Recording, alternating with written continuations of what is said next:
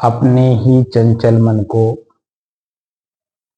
अपने ही बस में करके एकाग्रता, स्थिरता एवं स्वयं अपने आप में शांति का अनुभव करने के बाद करने की दृष्टि से साधना करते करते आज 1215 दिन हो गए। तारीख 6 मार्च सन 2025, दिन बृहस्पतिवार, प्रातःकाल का समय।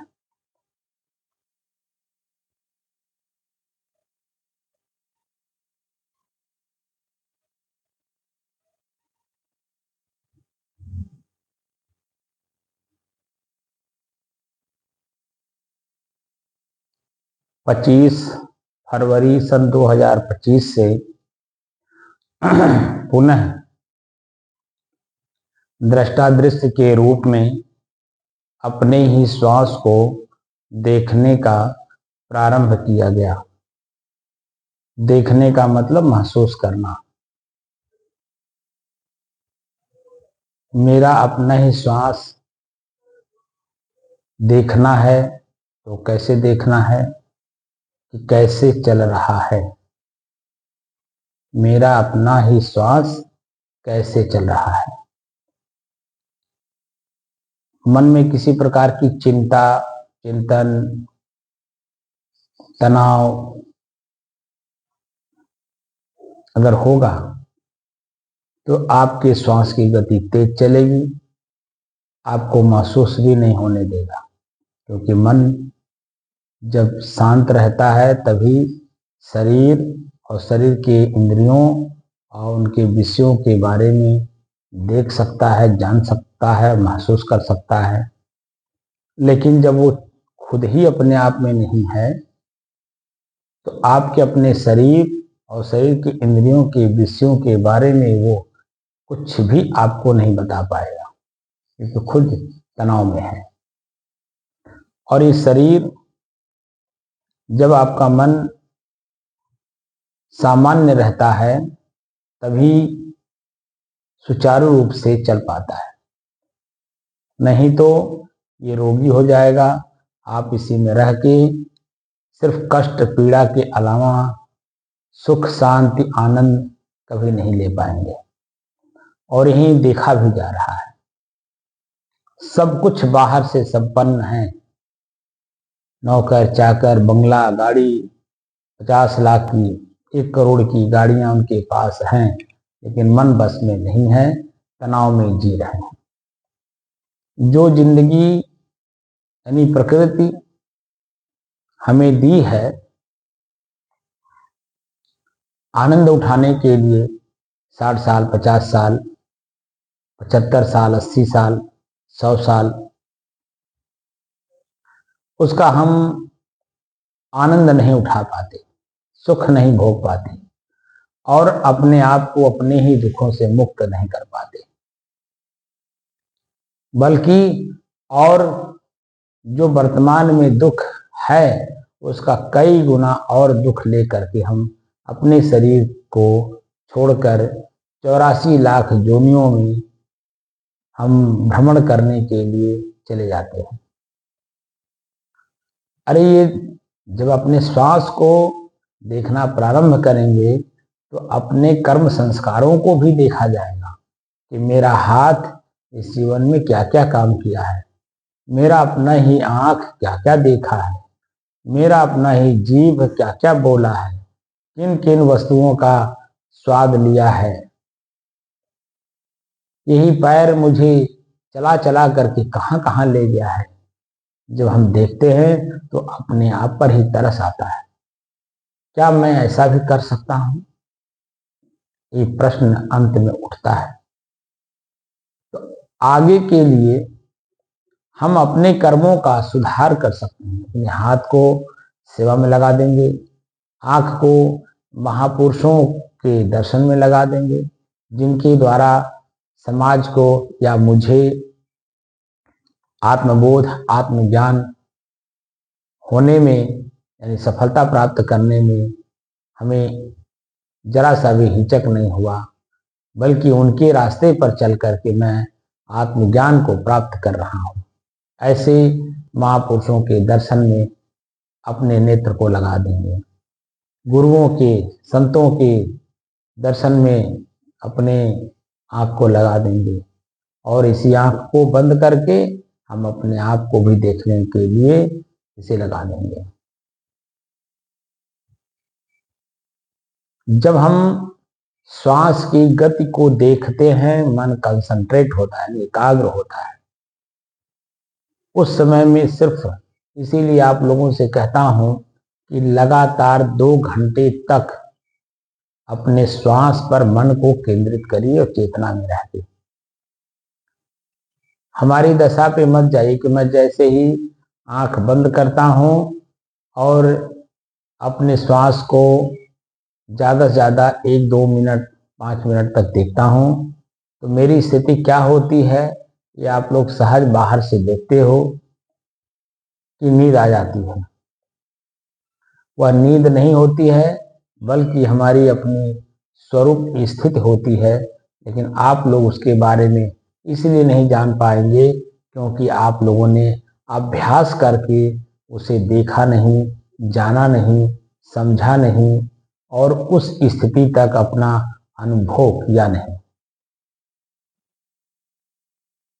इसलिए जो आंख देखता है तो मन बनता है, मन जो कह देगा उसको आप स्वीकार कर लेंगे, लेकिन जो स्थिति मेरी होती है वो आप इसलिए नहीं बन पाती क्योंकि अभ्यास आपने नहीं किया। तो तत्काल जो मन कहता है वो आप मान लेते हो। मेरी स्थिति छोड़िए, अपनी स्थिति, क्योंकि मैं गुरुओं के द्वारा, संतों के द्वारा सन 90 में जब मैं संत बना तो बार बार स्वरूप स्थिति का जो शब्द सुनता था उसको अभ्यास भी करता था गुरुओं और संतों के द्वारा बताने पर। पूरी रात हमारे गुरु जी बैठते थे और दिन भर स्वरूप स्थिति के बारे में ही चर्चा करते थे। मुझे कुछ समझ नहीं आता था, लेकिन धीरे धीरे वो बात मेरे समझ में आई क्योंकि मैं उसका जिज्ञासु था। और मैं सन 2000 आते आते उसको अभ्यास करके गुरुओं के द्वारा बताए रास्ते पर चल करके उसको अनुभूत कर लिया था। आज सन 2025 चल रहा है और दिन रात मैं व्यवहार में रहते हुए भी मैं अपने स्वरूप स्थिति में ही रहता हूँ और दृष्टा दृश्य के अभ्यास में ही मैं व्यवहार में भी रहता हूँ। कोई भी व्यवहार करता हूँ तो दृष्टा दृश्य के रूप में, और यह कोशिश करता हूँ गीता के 18वें अध्याय की 54वें श्लोक का पूर्ण पालन करने की कोशिश करता हूँ, क्योंकि किसी भी कार्य के प्रथम आपको ये महसूस होता है ये कैसे होगा, कौन करेगा, ये तो मेरे बस का नहीं है। यह प्रश्न सभी के मन के अंदर में प्रथम दृष्टया जागृत होता है, लेकिन दृष्टा दृश्य के अभ्यास में और दृढ़ होकर के उस कार्य को करने पर ये पता हल्का हो जाता है वो कैसे होगा, कौन करेगा। कोई करता नहीं है, आपका प्रारब्ध कर्मानुसार प्रकृति स्वतः करती और कराती है, आपके कर्मानुसार। क्योंकि आप जो समझ रहे हो वर्तमान शरीर ही मैं हूं, ऐसा नहीं है। इस शरीर के पहले भी आप कितने शरीर धारण किए हैं आपको मालूम नहीं, और अगर आज अपने आप को समझकर और अपने आप में स्थिर न होकर अगर आप शरीर को त्यागेंगे तो निश्चित है कि आगे भी आप अनंत शरीर धारण करेंगे और जो आज का कर्म है वो कल जाके भोगेंगे। तो कर्म के भी 3 सिद्धांत हैं, उत्तम कर्म, मध्यम कर्म और निम्न कर्म। लेकिन चौथा भी कर्म है, कर्म करते हुए भी कर्म न करना। क्योंकि मैं अपनी जगह पे स्थिर हूं, इस बात को मैं मान रहा हूं कि जो कुछ भी हो रहा है मेरे पूर्व कर्मों के अनुसार प्रकृति में स्वतः हो रहा है, मैं नहीं कर रहा हूं। क्योंकि मैं तो स्वयं अपने आप में स्थिर हूं, शुद्ध हूं, शांत हूं और एकरस हूं, तो मैं कैसे कर सकता हूं? क्योंकि मैं तो कर ही नहीं सकता। जब मैं एक स्थिर वस्तु हूं तो मैं कर कैसे सकता हूं? इसका मतलब है कि प्रकृति स्वतः कार्य कर रही है और प्रकृति में भी जो तत्व अपने आप में खुद स्थिर हैं लेकिन उनमें 4 और मिले हुए हैं, तो वो चारों काम करते हैं और इस वजह से आप समझते हैं कि वह कर रहा है।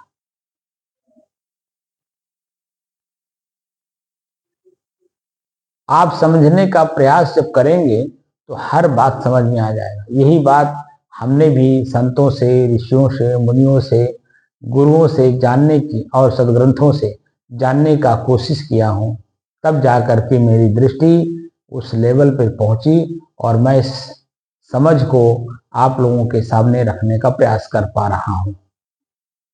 मेरे अंदर में कोई हैसियत नहीं, क्योंकि मैं भीतर से क्या था, कैसा था, कौन था, मुझे कुछ नहीं पता था।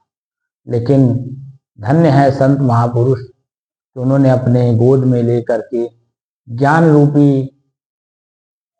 दूध पिला करके मुझे प्रज्ञावान बनाया। मैं उनका बहुत बहुत आभार प्रकट करता हूं और मैं ऋणी हूं उनका। और उस ऋण को उतारने के लिए ही मैं आप लोगों के बीच में ये इस ज्ञान को रख रहा हूं। क्योंकि अनेकों ऋषियों, संतों और मुनियों के द्वारा, गुरुओं के द्वारा मुझे जो कुछ भी प्राप्त हुआ, वह अगर आपके समाज में किसी एक व्यक्ति को भी अगर यह छू गया और अपने आप को प्राप्त करने की ललक बढ़ गई, तो मैं समझूंगा कि अपने ऋषियों के द्वारा प्राप्त ज्ञान का जो हमें अनुभूति हुआ है, वह मैं ऋण उतार पा रहा हूं। क्योंकि अगर ये ज्ञान ऋषियों ने मुझे दिया है सदग्रंथों के माध्यम से, संतों के माध्यम से, गुरुओं के माध्यम से, तो मेरा भी कर्तव्य बनता है कि मैं भी उस ज्ञान को आगे बढ़ा दूं, ताकि यह ज्ञान समाज में यथावत बना रहे। और जो मेरी चाहना है खुद की, मैं स्वयं कौन हूं, उसे सभी लोग समय समय से प्राप्त करके व्यवहारिक ज्ञान भी प्राप्त करें और आत्मिक ज्ञान भी प्राप्त करें कि मैं कौन हूं। व्यवहार में भी जब तक ये पता नहीं चलता कि मैं कौन हूं, मैं क्या कर रहा हूं, मुझे क्या करना चाहिए, यह प्रश्न अगर अपने आप में नहीं हुआ तो अपने आप में सुधार नहीं होता है और वह सुधार ही मुझे अपने आप तक ले जाता है कि आखिर मैं हूं कौन, किसका सुधार कर रहा हूं। ये प्रश्न मन में उठता है और धीरे धीरे धीरे धीरे मैं स्वयं अपने आप को जानने में सफलता प्राप्त कर लेता हूं। बाहर के फोकस पे मत जाइए कि किसके पास क्या है, भीतर प्रवेश करिए कि कौन कितना अपने आप में स्थिर है, कौन कितना दिन जिया, कौन कितना दिन ज्ञानी हुआ, कौन कितना समाज को ज्ञान दिया, इसका कोई महत्व नहीं है। महत्व है स्वयं मैं अपने आप में कितना स्थिर हुआ, क्योंकि मैं तो आकाश की तरह ठोस और स्वच्छ निर्मल हूं। मेरे में कोई क्रिया नहीं है, स्थिरता भी जैसे आकाश में है उसी तरह से हूं। अब अपने आप को मैं एक क्षेत्रीय कुआं की मेंढक की तरह मान लिया हूं कि मानंदी ही खत्म कर देना है।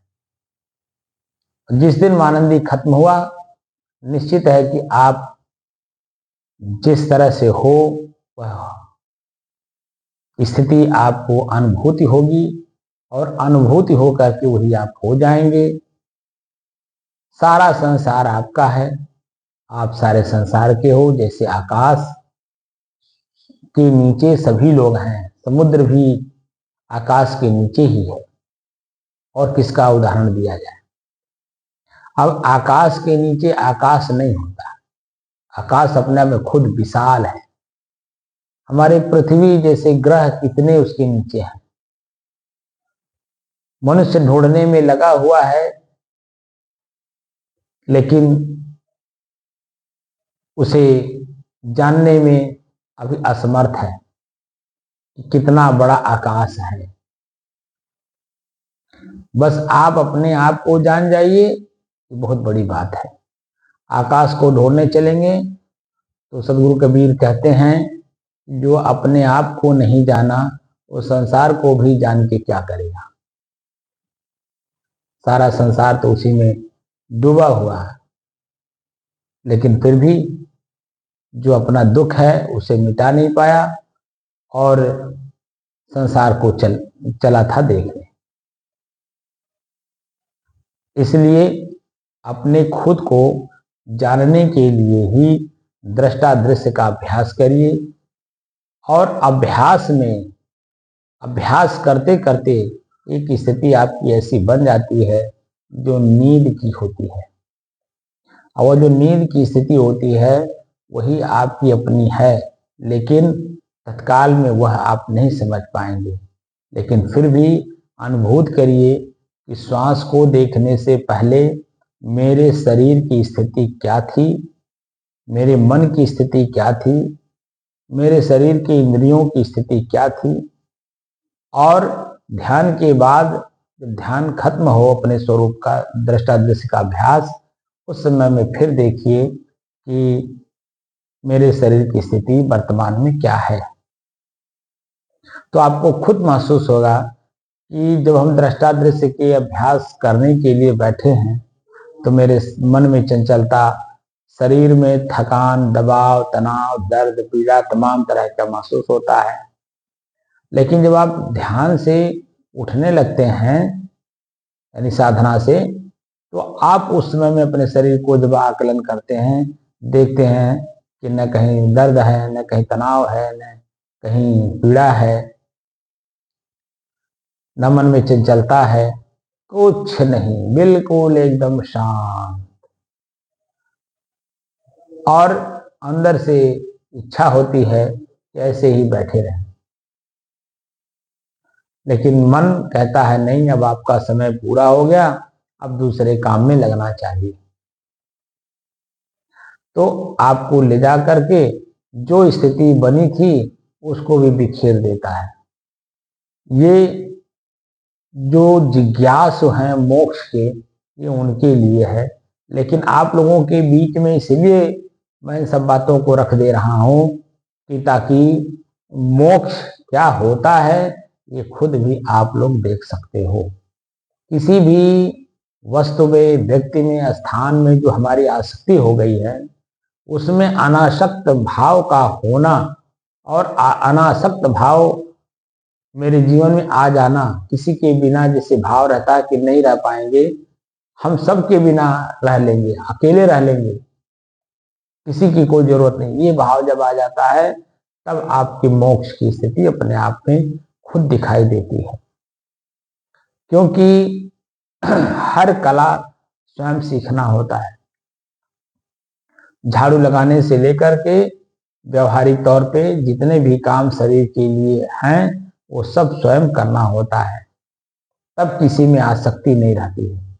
लेकिन जब आप अपने शरीर के बारे में नहीं जाने, शरीर की आवश्यकताएं क्या क्या हैं, कैसे पूर्ति की जाती है, वो स्वयं आपने नहीं किया तो आप पराधीन रह जाएंगे।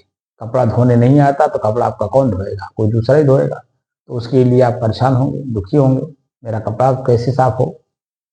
और उसके लिए पैसे की जरूरत है तो मेहनत करना होगा, मजदूरी करना होगा, नौकरी करना होगा, खेती करना होगा, तमाम काम करने होंगे। भोजन नहीं बनाने आता, कौन बनाएगा। भोजन बनाने वाली को रखना होगा या भोजन बनाने वाले को रखना होगा। तो जिसको आप रखेंगे उसको पारितोषिक देना होगा। तो हर प्रकार से अगर आप अपने आप में स्थिर होना चाहते हैं तो हर कला आपको सीखना ही होगा।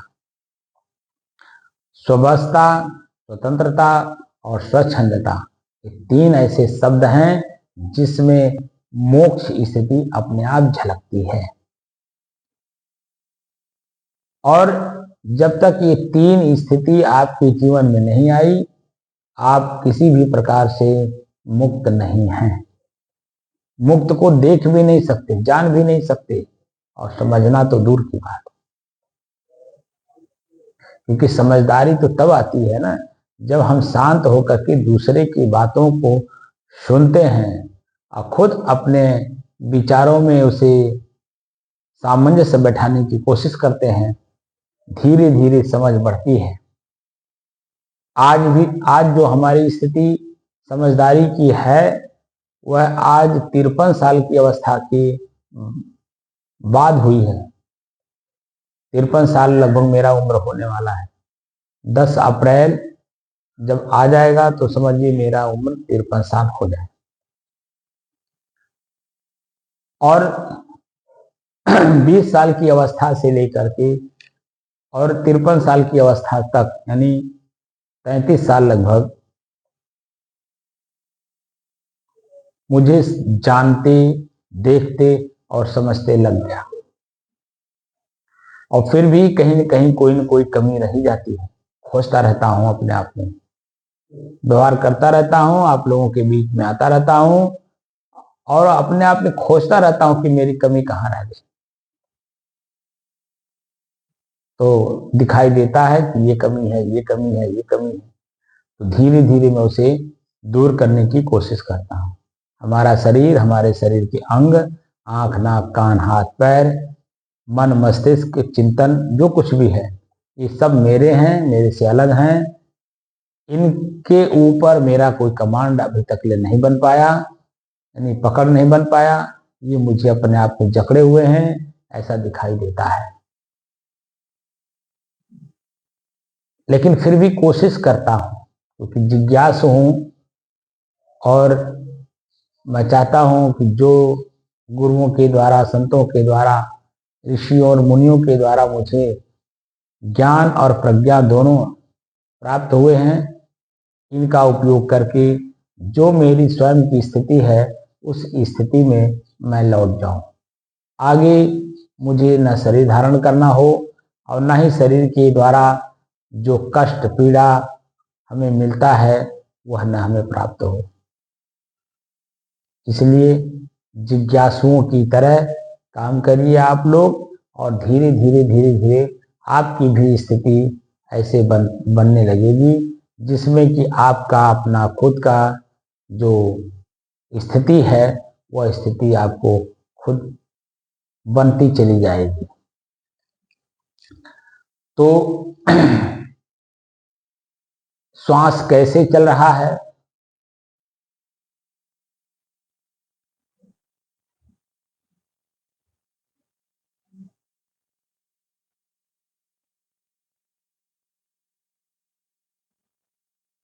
हल्का फुल्का तेज है। क्यों तेज है? क्योंकि मैं चर्चा कर रहा हूं,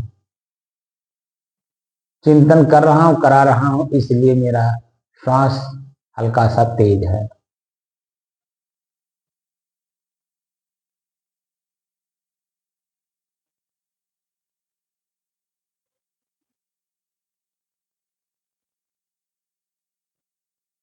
श्वास में क्या मिल रहा है?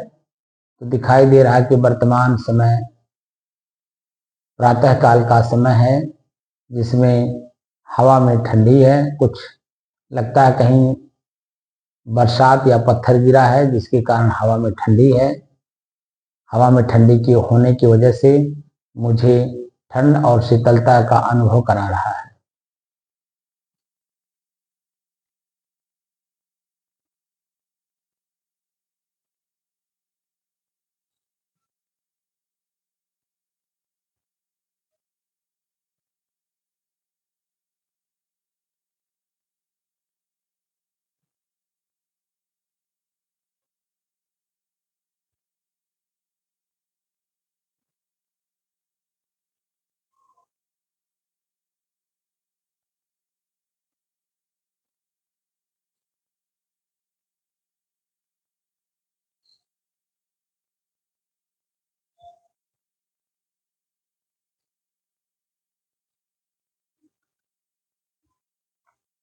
नाक के नाक के निचले हिस्से पर, ऊपरी ओठ के ऊपरी हिस्से पर यहाँ कुछ चुनचुनाहट सी महसूस हो रही है, क्योंकि मौसम हल्का सा ठंड है।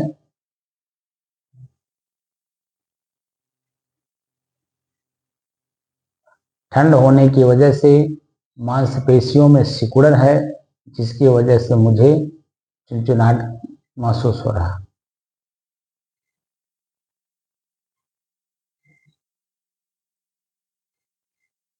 और मेरा श्वास साए साए की आवाज मेरे कान तक पहुंचा रहा है।